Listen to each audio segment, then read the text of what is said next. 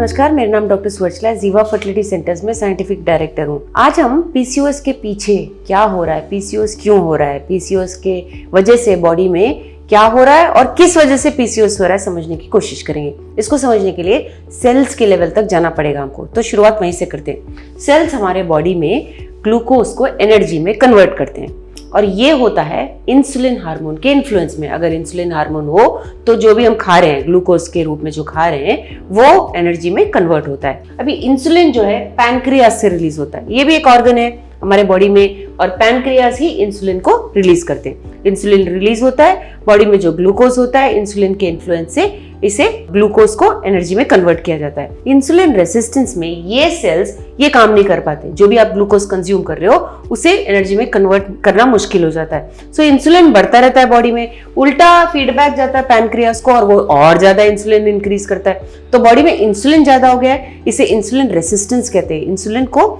ये बॉडी ठीक से यूज नहीं कर पा रहा है ग्लूकोज कन्वर्जन के लिए।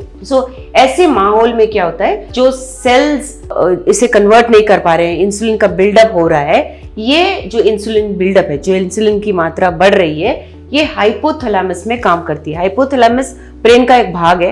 हाइपोथैलेमस और पिट्यूटरी ऐसे हार्मोन्स रिलीज करते हैं जो बॉडी के फंक्शन के लिए बहुत जरूरी होते हैं, जैसे थायराइड हो गया, प्रोलैक्टिन हो गया, ये सारे हाइपोथैलेमस पिट्यूटरी से रिलीज हो रहे हैं। उनके साथ साथ ल्यूटिनाइजिंग हार्मोन और एफएसएच हार्मोन, ये हार्मोन्स भी रिलीज हो रहे हैं। सो जब पैनक्रियाज से इंसुलिन रिलीज होके बिल्डअप हो रहा है, हाइपोथैलेमस पे इसका असर पड़ रहा है, एलएच और एफएसएच हार्मोन पे भी असर पड़ता है।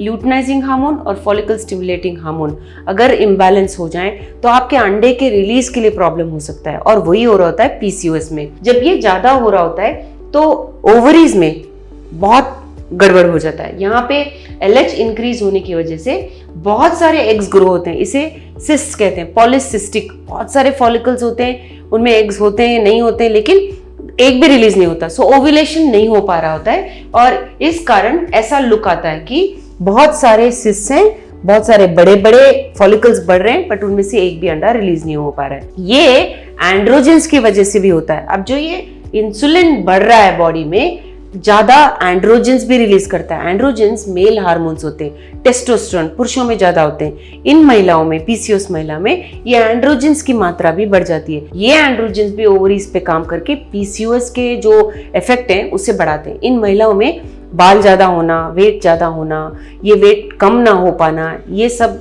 लक्षण होते हैं। पिंपल्स ज्यादा होना, ब्लैक नेक रहना, ये सब प्रॉब्लम्स की वजह से उनके पीसीओएस के सिम्टम्स जो हैं ज्यादा होते हैं। लेकिन अगर ये ग्लूकोज कंजम्पशन कम करें, लो ग्लाइसेमिक इंडेक्स वाले खाना खाएं, तो 5 to 10% बॉडी वेट भी अगर वो कम कर सकें तो इनका ओव्यूलेशन जो है फिर से ठीक हो सकता है और नॉर्मल प्रेगनेंसी ये लोग पा सकते हैं। बॉडी वेट ज्यादा होने की वजह से, फैट कंटेंट ज्यादा होने की वजह से ये प्रॉब्लम चलता रहता है। तो इसलिए आपको अपने आहार के साथ, एक्सरसाइज के साथ इसे मैनेज करना चाहिए। इसके साथ साथ मेटफॉर्मिन जैसे मेडिकेशंस भी आप ले सकते हैं क्लिनिशियन की सलाह से। सो अगर आप इसे ठीक तरह से मैनेज करें, समझें कि ये क्यों हो रहा है प्रॉब्लम, इसके क्या क्या सॉल्यूशंस हैं, तो आप पीसीओएस को मैनेज कर सकते हैं बॉडी वेट के साथ, डाइट के साथ, एक्सरसाइज और प्रॉपर मेडिकेशन के साथ। इसके बारे में और जानकारी के लिए अवश्य जीवा फर्टिलिटी सेंटर से। Thank you. हमने इस वीडियो को बनाने में बहुत मेहनत की है, जरूर हमें सब्सक्राइब और लाइक कीजिए। Thank you.